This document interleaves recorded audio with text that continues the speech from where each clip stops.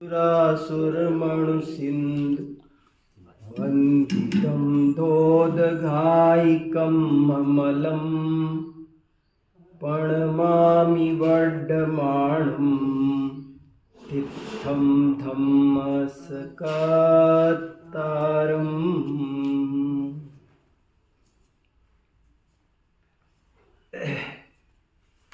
आजकल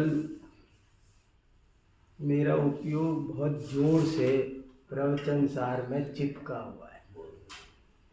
एक भी दिन प्रवचन सार के बिना नहीं जा रहा है। रोज कल छुट्टी थी तो कल तो दिन भर पूरा पढ़ा टीका सही।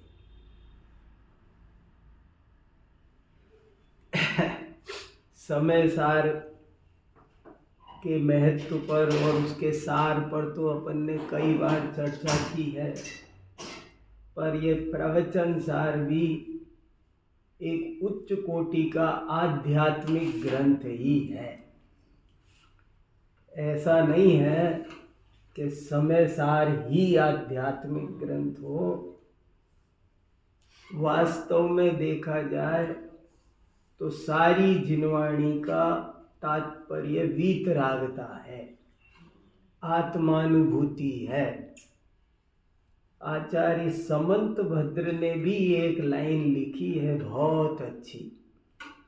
उसमें ये लिखा है, स्वास्थ्यम यदात्यंतिकमेव स्वार्थ। जीव का हित पूरी तरह आत्मलीन होने में ही है। समंत भद्र जैसे नाप तोल कर लिखने बोलने वाले ने ये लाइन लिखी है। क्या? आत्यंतिक स्वास्थ्य। आत्यंतिक माने पूरी तरह, स्वास्थ्य माने स्वयं में स्थित हो जाना। एक सेकंड भी बाहर नहीं निकलना, बाहर नहीं रहना, बाहर निकलना स्वरूप से, इसका नाम रोग है, बीमारी है, अस्वास्थ्य है। देखो हमारी संस्कृति में भी कितने अच्छे अच्छे शब्द हैं और उनके पीछे कितना गहरा तत्व ज्ञान है। हमारे पूर्वजों ने स्वास्थ्य शब्द का प्रयोग किया। ये स्वास्थ्य शब्द के पीछे बहुत बड़ा तत्व ज्ञान भरा है और समंत भद्राचार्य ने इसका सीधा प्रयोग किया। स्वास्थ्यम यदात्यंतिकमेव पुंसाम।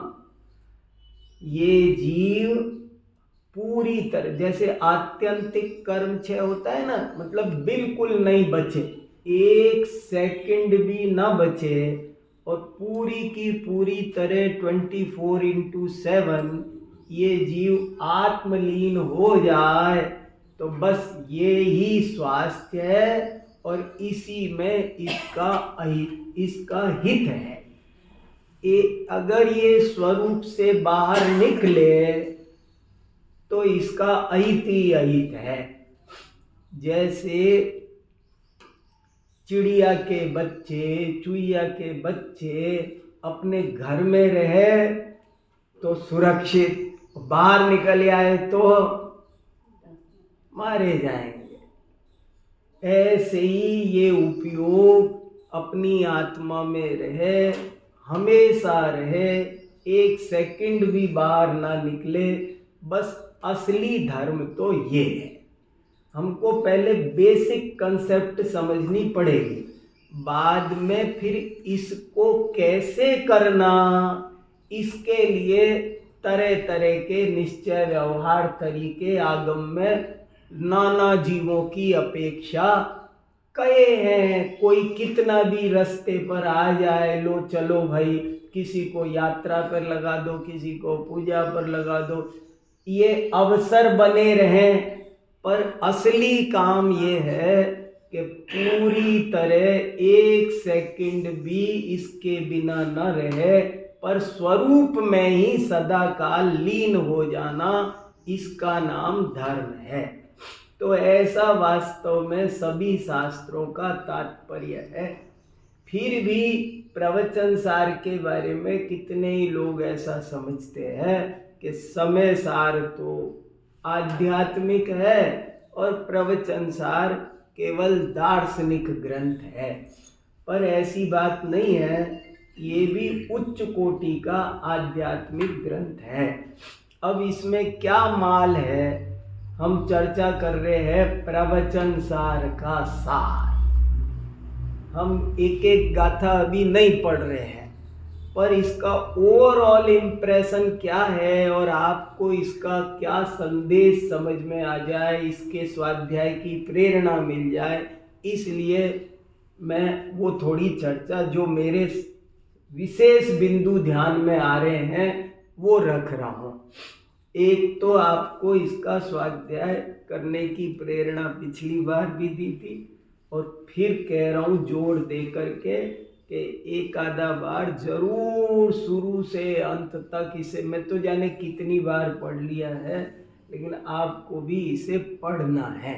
जब तक पढ़ोगे नहीं तब तक मेरे कहने से आपको वो आनंद आने वाला, खुद पढ़ोगे ना, मैं तो इशारा कर रहा हूँ, जब आप खुद पढ़ोगे तब आपको बहुत महिमा इसकी आएगी, असली भाव समझ में आएगा।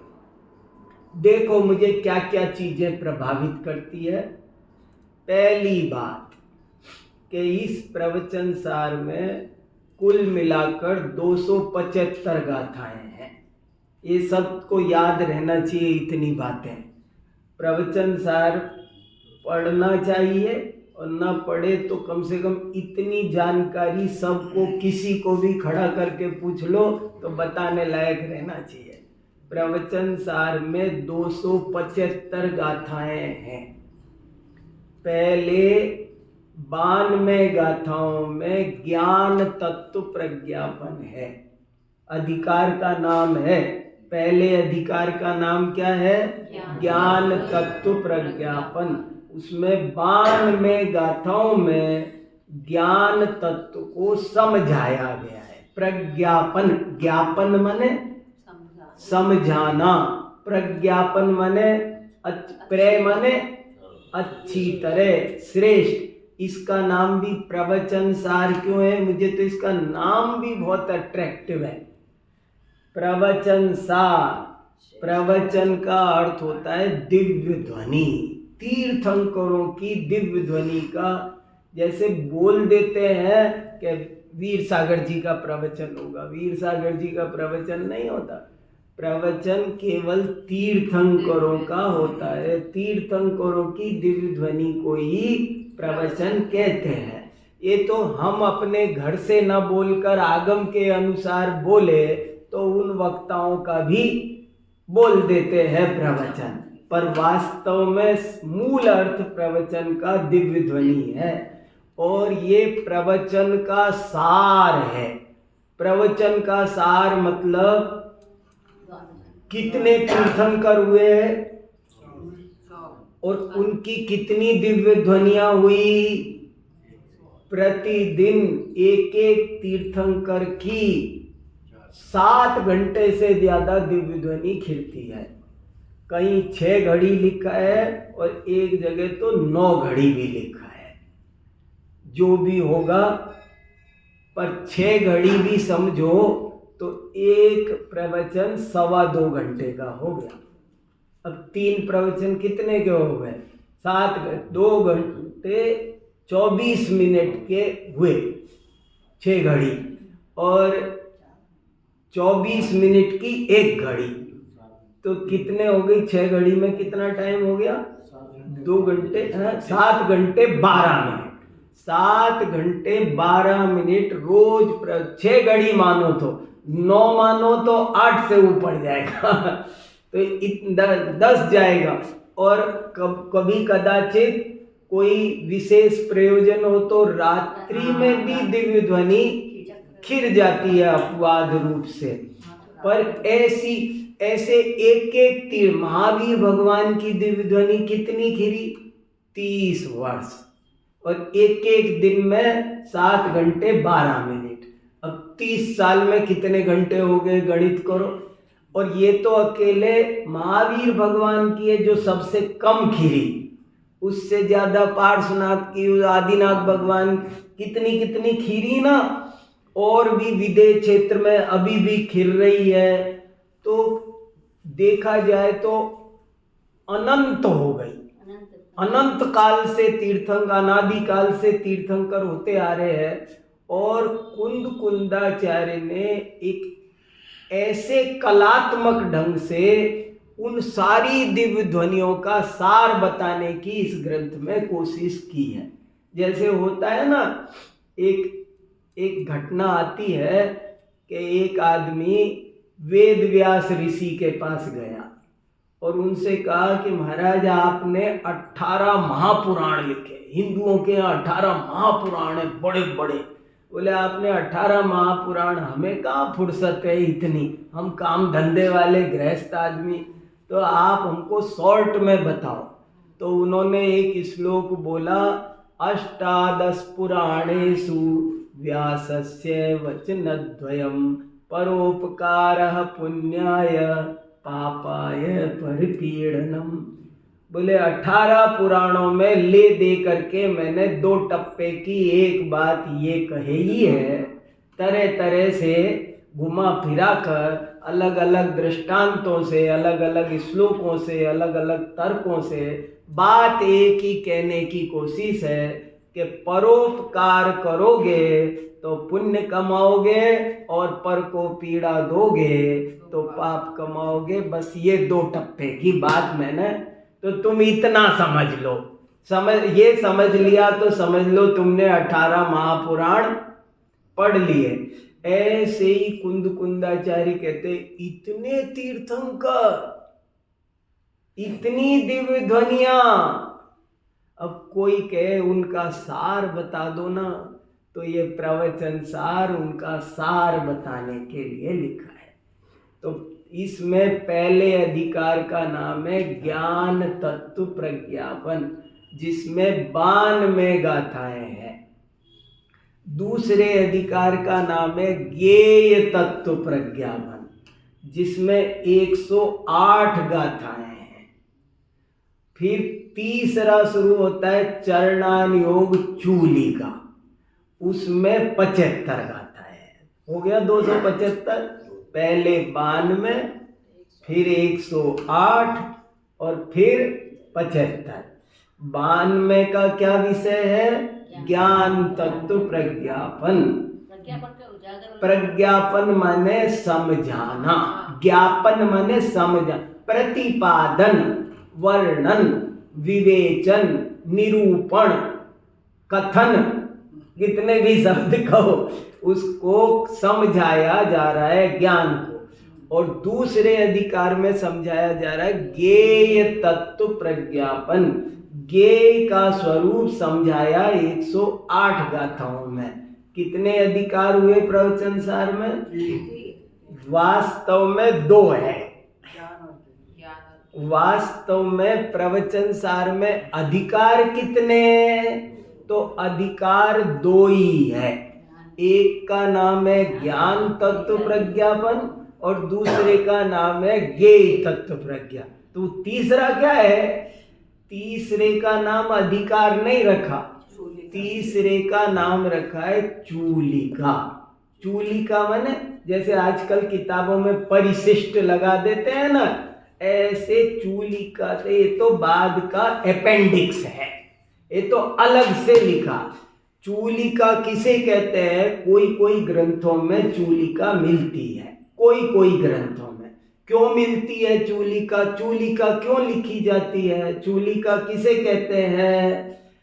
चूलिका की परिभाषा है उक्तम अनुक्तम पुनरुक्तम च यत्र कथ्यते सा चूलिका। चूलिका किसे कहना? कि जब कोई लेखक एक विषय लिखता है, किताब बनाता है, तो बनाते समय कई बातें कहते कहते रह जाती है, वहां सेट नहीं होती है, फ्लो खराब कर रही होती है, कुछ ना कुछ दिक्कत होती है, तो वो पॉइंट छूट जाता है। पर वो अब कहने का मन है, किताब पूरी हो गई पर मुझे वो इम्पोर्टेंट बात रह गई मेरी, मुझे वो भी कहनी है।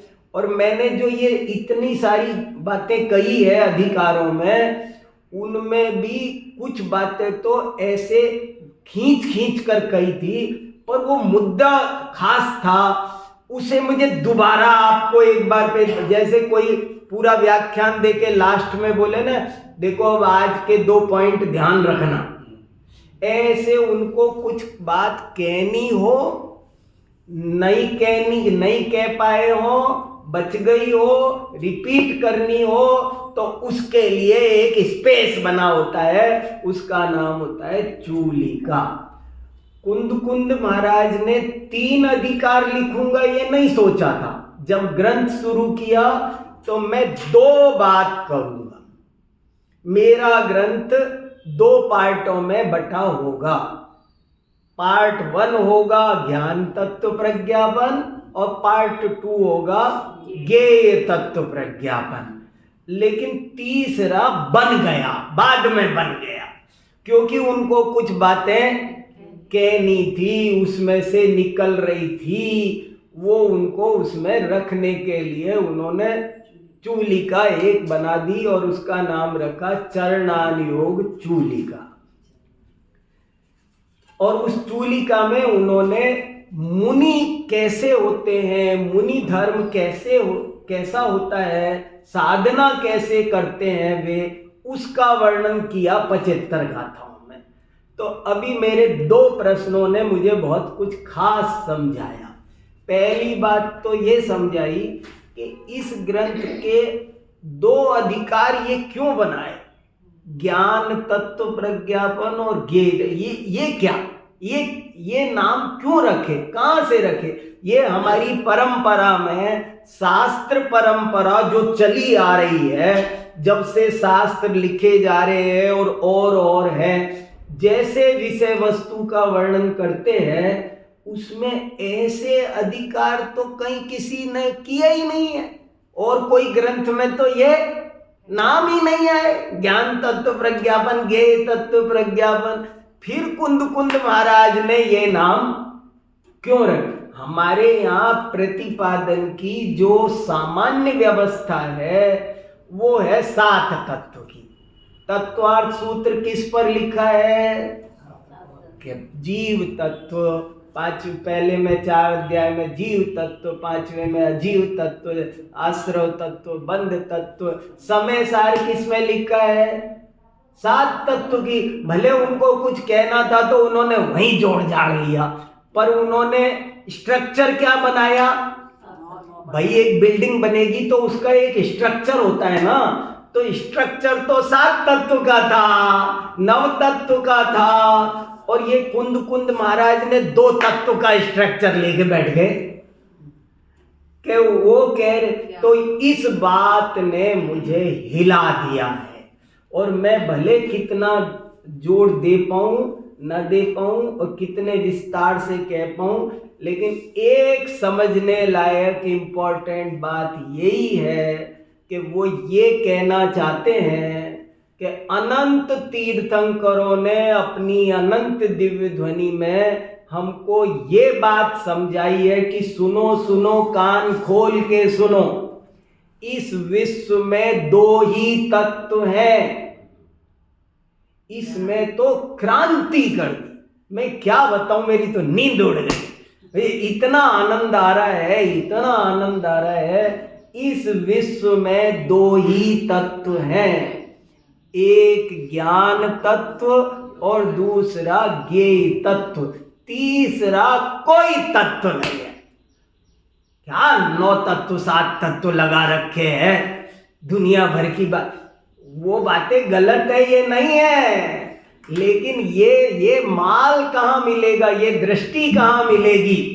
वो कह रहे इस विश्व में 2 ही तत्व है, और जाति अपेक्षा द्रव्य कितने हैं। अब प्रवचन सार की भाषा में बोलो, तत्व की भाषा में हो गया। अभी पूछो कि द्रव्य कितने हैं, तो प्रवचन सारकार क्या बोलेंगे, वो कहेंगे 2 ही द्रव्य हैं। एक का नाम ज्ञान और दूसरे का नाम गे। खेल खत्म। अस्थिकाय कितने हैं? अब 5 नहीं बोलने का। 9 पदार्थ कितने हैं? अब 9 नहीं बोलने का। प्रवचन सार कह रहा है नहीं, तुम छोड़ो, तुम इस बात को समझो कि 2 ही तत्व हैं, एक का नाम ज्ञान और एक का नाम ज्ञेय। अभी एक और बात, जाति अपेक्षा 2 है। अच्छा, संख्या अपेक्षा कितने हैं? संख्या अपेक्षा ज्ञान तत्व कितने हैं? कितने हैं ज्ञान तत्व? तो साफ साफ लिखा है, मैं मूल गाथाएं पढ़ के पिछली बार बताई थी। ज्ञान तत्व कितने हैं? 1। और ज्ञेय तत्व कितने हैं? अनंत। ज्ञान तत्व कितना?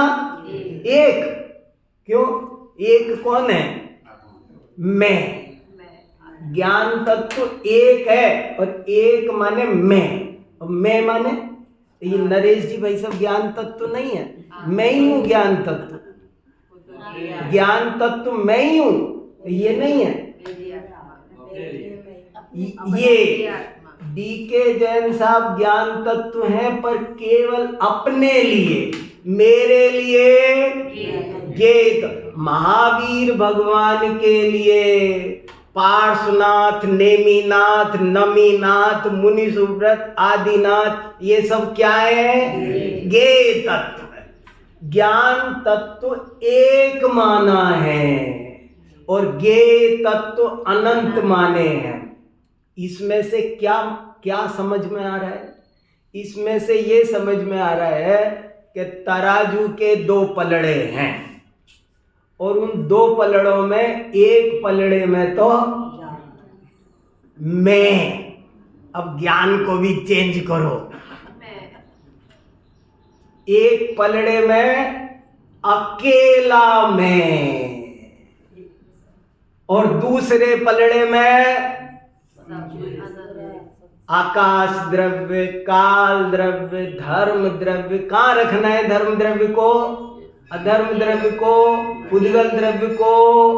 अच्छा, 24 तीर्थंकरों को कहाँ रखें? जो महावीर भगवान के लिए तो 23 तीर्थंकर थे, खुद तो ज्ञान थे, पर हमारे लिए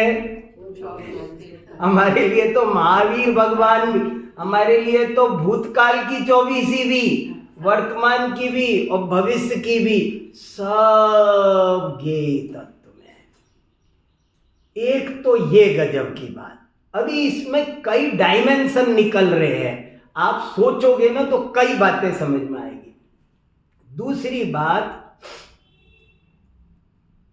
कि इन्होंने कहा कि इस विश्व के साथ हमारा केवल ज्ञान ज्ञेय संबंध है, दूसरा कोई संबंध नहीं है। ये स्ट्रक्चर क्यों बनाया और ये क्या मैसेज दिया? मैसेज ये दिया कि इस विश्व के अनंत द्रव्यों के साथ, अनंत गुणों के साथ, अनंत पर्यायों के साथ, अनेक सब प्रकार की परिस्थितियों के साथ, भूतकाल भविष्यकाल सब के साथ हमारा क्या संबंध है? एक ही संबंध है और उस संबंध का नाम है ज्ञान ज्ञेय संबंध, और कोई संबंध नहीं है। देखो, अभी इसमें ज्ञान ज्ञेय संबंध को स्थापित किया, तो विस्थापित किसको किया वो भी देखना है। डायमेंशन कैसे निकलेंगे? इन्होंने क्या संबंध बनाया? ज्ञान ज्ञेय संबंध की है स्थापना। तो स्थापना करते हैं तो कुछ उत्थापन भी करना पड़ता है, विधि के साथ निषेध शामिल है। तो उत्थापन किसका किया वो भी समझना पड़ेगा, तब पूरा आनंद आएगा। इन्होंने कहा ऐसे मत, हाँ ज्ञान ज्ञेय संबंध है। अरे ज्ञान ज्ञेय संबंध ही है, और बाकी के हजारों संबंध जो तूने बना रखे हैं वो नहीं है। तेरा संबंध कर्ता कर्म संबंध नहीं है, तेरा और स्वयं स्वामी संबंध नहीं है। पति पत्नी, पिता पुत्र, ये सारे संबंध क्या है? गुरु शिष्य संबंध है। देखे रे गुरु शिष्य संबंध नहीं है। उत्थापन कर रहे हैं ना, सारे संबंधों को उत्थापित कर रहे हैं। कोई संबंध नहीं है। दाल रोटी और मेरे थाली, भोजन की थाली में और मुझ में क्या संबंध है? भोक्ता भोग्य, मैं भोक्ता हूं, ये भोग्य है, ऐसा संबंध है। तो कहा ये संबंध नहीं है, और तुम ऐसा संबंध समझोगे तो वो गलत संबंध है, वो गलत संबंध है। और ये गलत संबंध बहुत खतरनाक शब्द है। ये आदमी को दुराचारी बनाता है। गलत संबंध समझे आप? जैसे गलत संबंध होते हैं तो फिर वो आदमी आपकी नजरों में से गिर जाता है। तो ये गलत संबंध, सच्चा संबंध एक ही है, और उस संबंध का नाम है ज्ञान गेय। तो पहला तो मेरे चित्त में ये बात जोर से घूम रही है कि इस विश्व में दो ही तत्व हैं, एक ज्ञान तत्व और दूसरा ज्ञेय तत्व। और ज्ञान में मैं अकेला हूं और ज्ञेय में बाकी सब है। एक बात। दूसरी बात, ज्ञान ज्ञेय संबंध ही है और बाकी का कोई संबंध नहीं है। और दूसरा, मेरे मन में एक बात और बहुत नहीं समझ में आती थी कि चूलिका में मुनि धर्म कैसे आया? शुद्धोपयोग, समता भाव, इसकी चर्चा कहां से आई? चूलिका वो होती है जो उसी विषय से संबंधित हो। चूलिका कब लिखी जाती है? जब उसी विषय में कुछ छूट गया हो। मगर ये तो बिल्कुल हिमाचल विंध्याचल जैसा हो गया। इन सब्जेक्ट का तो कोई कनेक्शन ही नहीं है। टॉपिक चल रहा था ज्ञान ज्ञेय का, ये तो द्रव्यान योग का टॉपिक था, और चूलिका क्या आ गई? चरणान योग की। ये तो मूलाचार का विषय आ गया। वो यहां क्यों आ गया? प्रवचन सार द्रव्यान योग का ग्रंथ है कि चरणान योग का? तो द्रव्यान योग का है, तो कुंद महाराज को ये पता नहीं इसमें चरणान योग क्यों लिखने बैठ गए? उनका चित्त व्यवस्थित नहीं है क्या? ज्ञान का रिजल्ट है वो ये कह रहे हैं कि यदि आप इस बात को समझ गए, अपने जीवन में उतार लिए, तो आपके जीवन में क्या फलित होगा? आपके जीवन में समता भाव, निर्ग्रंथ दशा, शुद्धोपयोग प्रकट होगा। और उसमें केवल मुनि दशा नहीं है, उस मुनि दशा को आगे श्रेणी लगाई है, और श्रेणी लगाकर जिनेंद्र बनाया है, अर्यंत बनाया है, सिद्ध बनाया है।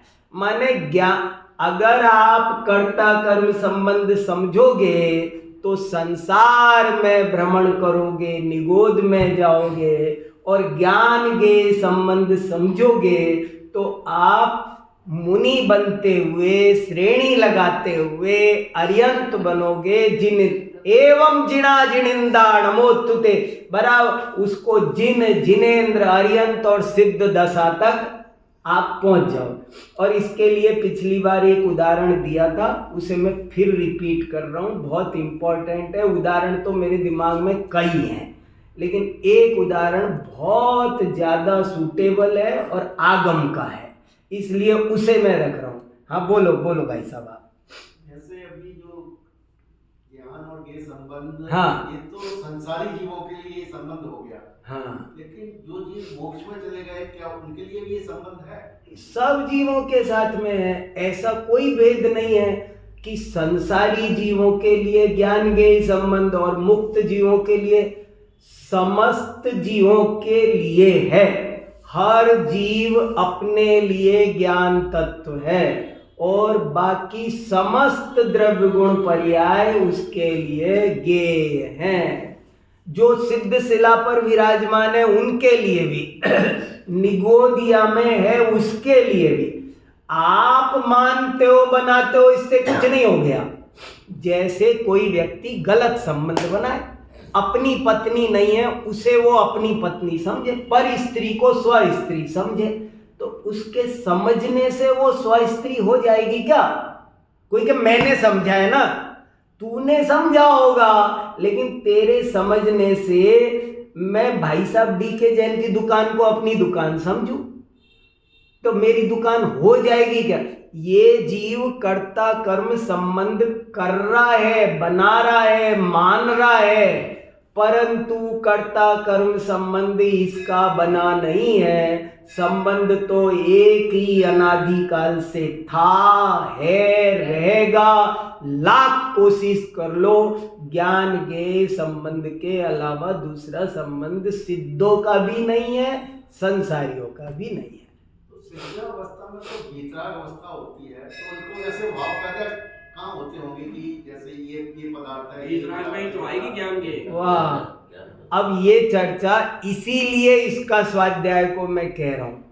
मैंने देखो, मैं ये सब मैं नोट्स तक बना के लाता हूँ, अभी भी नोट्स बना मैंने इसमें एक पॉइंट लिखा है कि 2 स्टेप है ज्ञान ज्ञेय संबंध के 2 स्टेप लिख रखे हैं मैंने यहाँ साफ साफ। पहला स्टेप है ज्ञान ज्ञेय संबंध है और कोई नहीं है, ये तो अभी पहला स्टेप। दूसरा स्टेप है ज्ञान ज्ञेय संबंध दुर्निवार है, वो है ही। कोई कहे अच्छा कर्ता कर्म नहीं बना, मैं ज्ञान ज्ञेय भी नहीं बनाऊंगा, लेकिन ये तेरे हाथ में नहीं है, समझना। अब दूसरा, आपके कहने से मैं थोड़ी देर बाद उठाता, पर आपका प्रश्न आ गया तो मैंने अभी उठा दिया। 2 स्टेप है। पहला स्टेप क्या है? इस विश्व के साथ हमारा केवल ओनली ज्ञान ज्ञेय संबंध है और कोई संबंध कर्ता कर्म भोक्ता भोग्य गुरु शिष्य वध्य घातक दाह्य दाहक लाखों प्रकार के संबंधों की चर्चा शास्त्रों में मिलती है, वो नहीं है। Step number 1।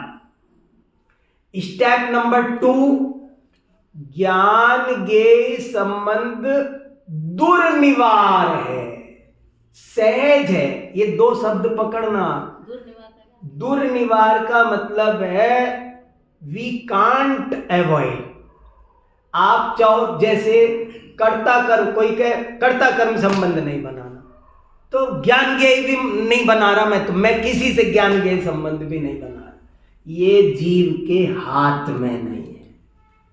मैं विश्व के पदार्थों को जानूं भी नहीं, ये संभव नहीं है। जानना जीव का स्वभाव है। दर्पण झलकाए बिना रहेगा नहीं।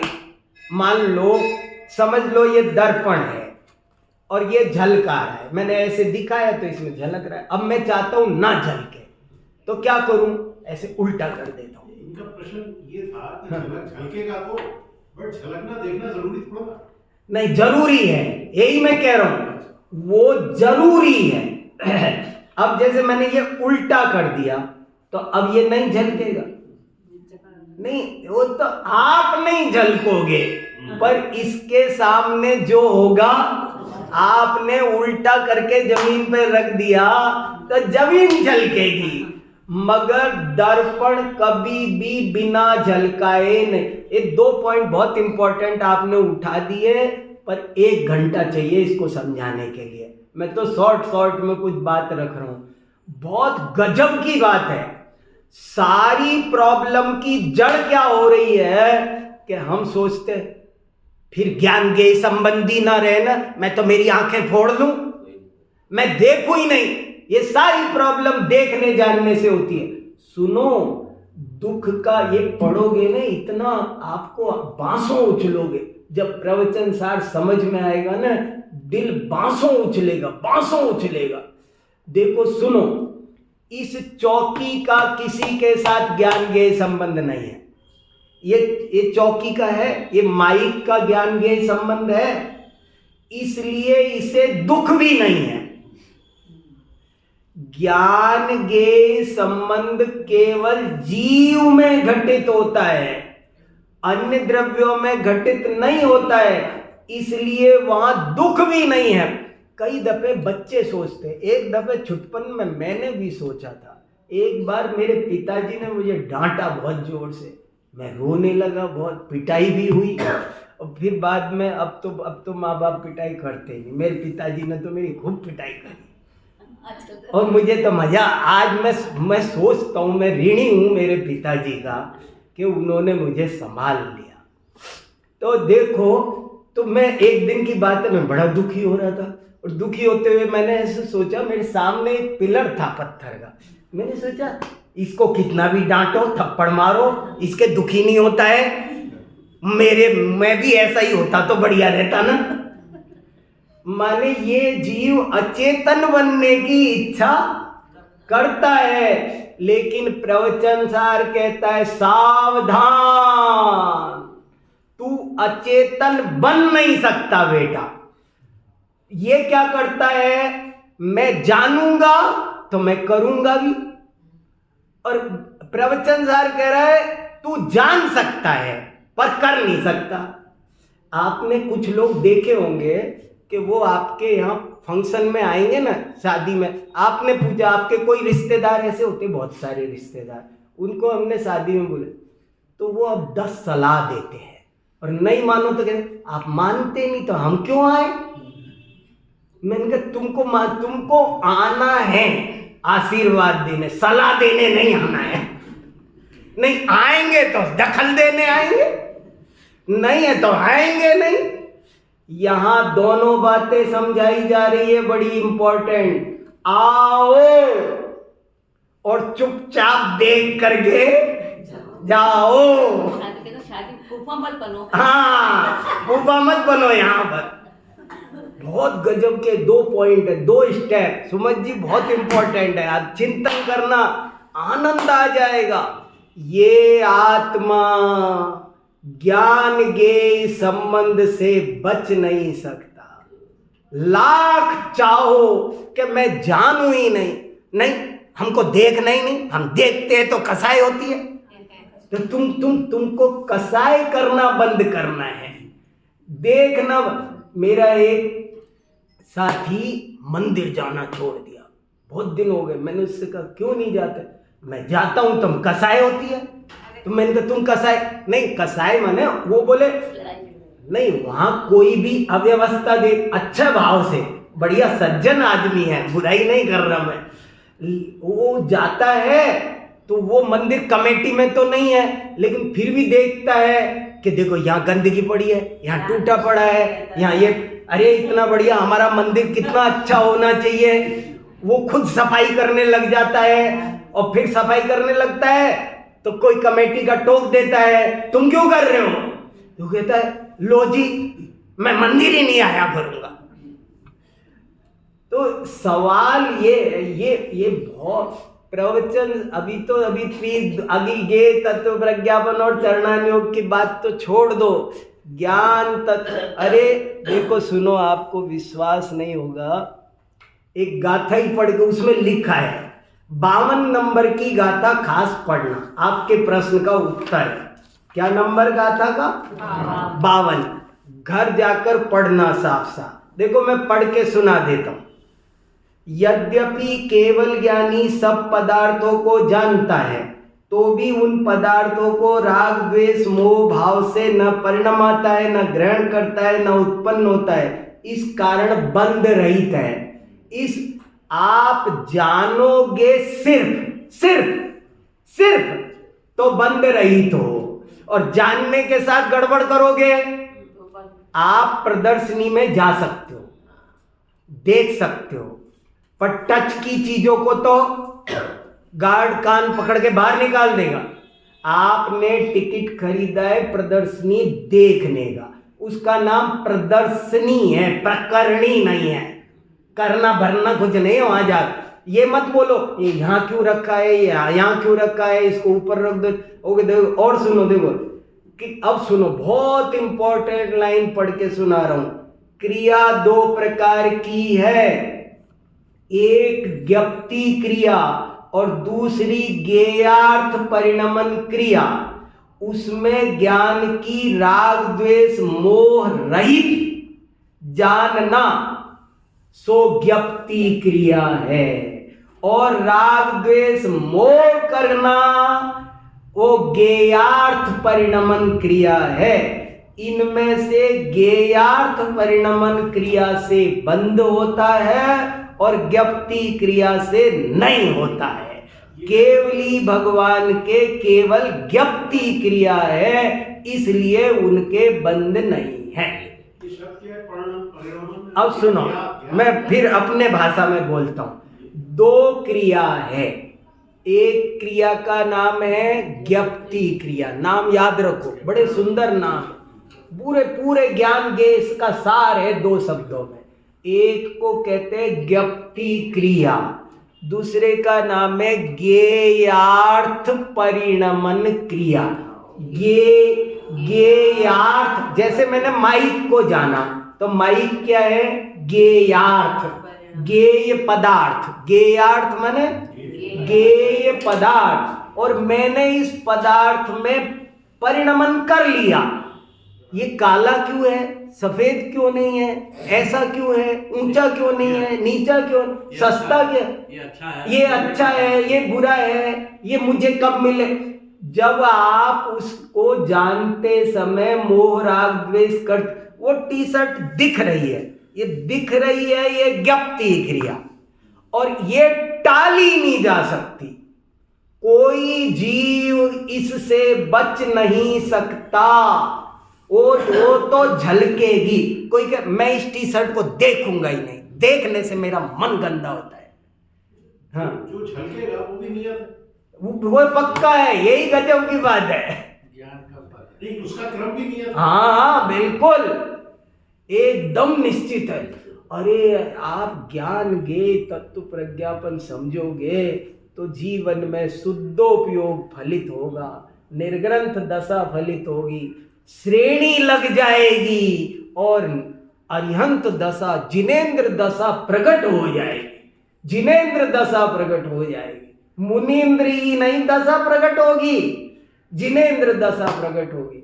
आप बिल्कुल, आप इस बात को, मैं आपको पूरे जैन धर्म का सार बता रहा हूँ। जो सुनना मिलना आज के ज़माने में कहाँ किस धर्म सभा में ये चर्चाएं हो रही है। असली माल, दो शब्द याद रहेंगे, फिर सुनो। एक का नाम है ज्ञप्ति क्रिया, कौन सी गाथा है, घर जाके फिर पढ़ना, 52 नंबर गाथा। ज्ञप्ति क्रिया से बच नहीं सकते।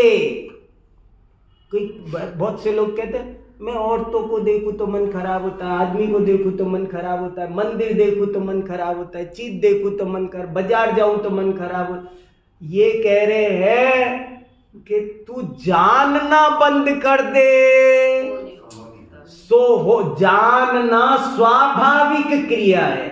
ये दर्पण ना झलकाए ऐसा त्रिकाल में हो नहीं सकता कभी।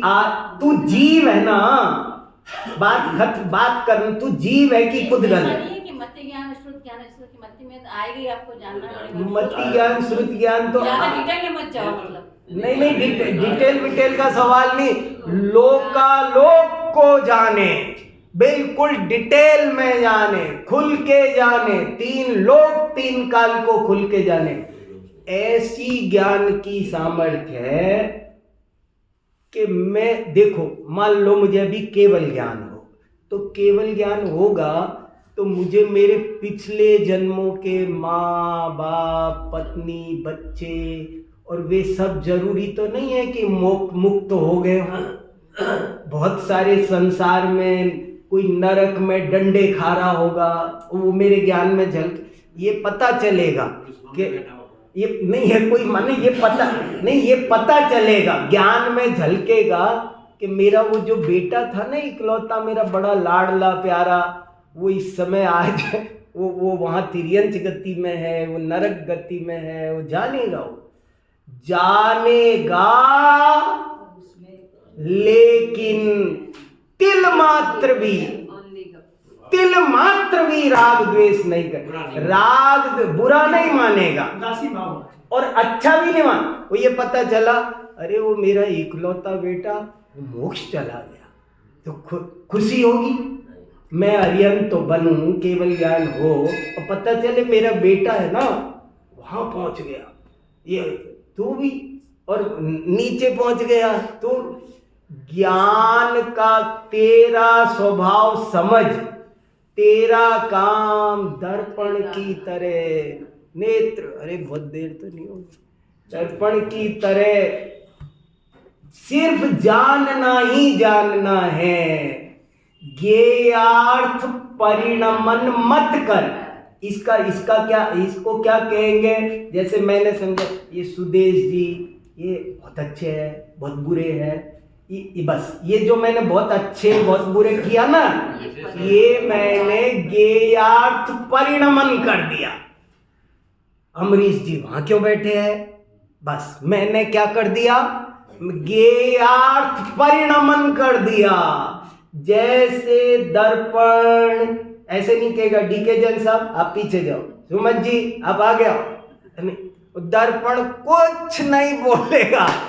2 सोपान है, पहला जानना तो पड़ेगा। अब इसको चाहे तुम पढ़ेगा की भाषा में समझ ले, पढ़ेगा नहीं है, मैं तो बात बता रहा हूं कि वो उसका स्वभाव है, सहज जाने लोकालोक। और ये डिटेल का भी कोई चक्कर नहीं है कि जानो पर है ना डिटेल मत दो, ऐसे भी बहुत लोग कहते हैं, पर ये सब व्यवहार है। जैसे कोई कहे ना आप किसी महिला की तरफ देख सकते हो पर घूर नहीं सकते, आप जैसे एक बार देख लिया तो कोई बोल, और मैं देखता रहूं तो वो डांटेगी, क्या तमीज नहीं है क्या, तेरे घर में माँ बहन नहीं है क्या। लेकिन यहां कह रहे हैं वो ज्ञान का स्वभाव ऐसा है कि वो घूरता भी है माने वो अनंत काल तक उन चीजों को बारीकी में सूक्ष्मता से देखता है वो, लेकिन ज्ञेयार्थ परिणमन नहीं करता है। उसके ज्ञप्ति क्रिया होती है सिर्फ, ज्ञान ज्ञेयार्थ परिणमन क्रिया नहीं होती है। तो एक तो ये बात, दूसरा मैं वो उदाहरण भी बताना चाह रहा हूँ, समय हो रहा है पर मैं फिर बताना चाह रहा हूँ, बहुत इंपॉर्टेंट उदाहरण है, उससे आपको बात अच्छे से चिंतन करने का माध्यम मिलेगा। 2 राजकुमार थे, देशभूषण और कुलभूषण। पुराने जमाने की बात है, पद्म पुराण में कहानी आती है, वहां से डिटेल में पढ़ लेना। तो वो गुरुकुल में छोटे से थे, 5 साल के, तब पढ़ने गए। पुराने जमाने में एक बार गुरुकुल गए सो गए, बाद में घर से टोटली डिस्कनेक्ट होते हैं। जब 25 साल बाद पढ़ाई पूरी होती है तभी घर आते हैं। उसके पहले इस 25 साल में घर में कौन मरा जिया उसकी भी कोई खबर उसको नहीं दी जाती। आज की तरह बार बार रोजाना फोन पे बात नहीं होती है, हर संडे भाग जाते हैं स्कूल छोड़ करके, ऐसे नहीं पढ़ाई होती थी, वो वहीं पढ़ते थे। तो 25 साल पढ़ने के बाद में जब पढ़ाई पूरी हो गई, दीक्षांत हो गया, तब घर लौट रहे थे। तब राजकुमार थे, इसलिए राजा के यहाँ से रथ भेजा गया, पब्लिक भेजी गई, जुलूस गया था, नगर सजा हुआ था, सब हमारा राजकुमार आ रहा है, पूरा नगर उत्साहित था। तो लौट के आ रहे थे धूम धड़ाम बैंड बाजे के साथ में। तो जब नगर में घुस रहे थे तो घुसते समय एक लड़की भी महल से देख रही थी, और वो लड़की देख रही थी तो वो देशभूषण कुलभूषण देखते हैं। तो देशभूषण सोचता है कितनी सुंदर लड़की है, इससे तो मैं शादी करूँगा। कुलभूषण भी देखता है, सोचता है इससे मैं शादी करूँ। और दोनों ने एक दूसरे से मन की बात कही। एक बोला कि सुन देख उधर, मैं इससे शादी करूँगा। तो दूसरा बोला वो तो मैंने पहले देखी है, मैं करूँगा, तू क्यों करेगा? नहीं मैं ही करूँगा उससे, तो तू दूसरी देख। नहीं, इस बात पर दोनों के बीच इतनी लड़ाई हुई कि तलवार खींच ली, एक दूसरे को मारने तैयार हो। दोनों सगे भाई बड़े प्यार से पड़े रहे, लेकिन वो बोले मैं इससे शादी मैं करूंगा, वो कह रहे मैं करूंगा। इस चक्कर में तलवारें निकल गई, और तलवारें निकली तो किसी ने कहा क्या हो गया, काहे को लड़? लोग बोले क्या बात है? अरे बोले वो लड़की, तो बोले तुम जानते नहीं, वो तुम्हारे जाने के बाद पैदा हुई थी, तुम्हारी छोटी बहन है सगी। बोले हमसे क्या पाप हो गया? और वो जो रथ महल में जा रहा था, वो रथ अब महल में जाने की बजाय दीक्षावन में चला गया। कुछ समझ में आ रहा है? ये मामूली कहानी नहीं है। प्रवचन सार का मैसेज ये है कि अगर आप ज्ञान के संबंध समझ जाओगे, उसमें उस तक सीमित रहोगे, अपनी लिमिट समझो, लक्ष्मण रेखा मत लांघो। आपकी लक्ष्मण रेखा क्या है? सीता ने लक्ष्मण रेखा लांघी तो दिक्कत है। आपकी लक्ष्मण रेखा है ज्ञप्ति क्रिया, और गेयार्थ परिणमन क्रिया होती है जब लक्ष्मण रेखा लांघते हैं। तो अगर आप लक्ष्मण रेखा लांघोगे, बहन को बहन समझा होता तो तलवारें नहीं चलती। बहन को पत्नी बनाने की सोची, उसके साथ गलत संबंध बनाने की सोची तो तलवारें चल गई। ऐसे ही पर पदार्थों के साथ कर्ता कर्म इष्ट अनिष्ट के मोह राग द्वेष के संबंध बनाओगे तो तलवारें खींचेगी। उसके फल में 84 लाख योनियां पैदा होंगी। और यदि ज्ञान के संबंध बनाओगे तो उसके फल में श्रामण्य प्रकट होगा, शुद्धोपयोग प्रकट होगा, श्रेणी लगेगी, जिनेन्द्र दशा प्रकट होगी। ये मूल बात जैन धर्म की, जैन दर्शन की, वस्तु स्वरूप की, ये अनंत तीर्थंकरों की वाणी का ये सारांश है। चलो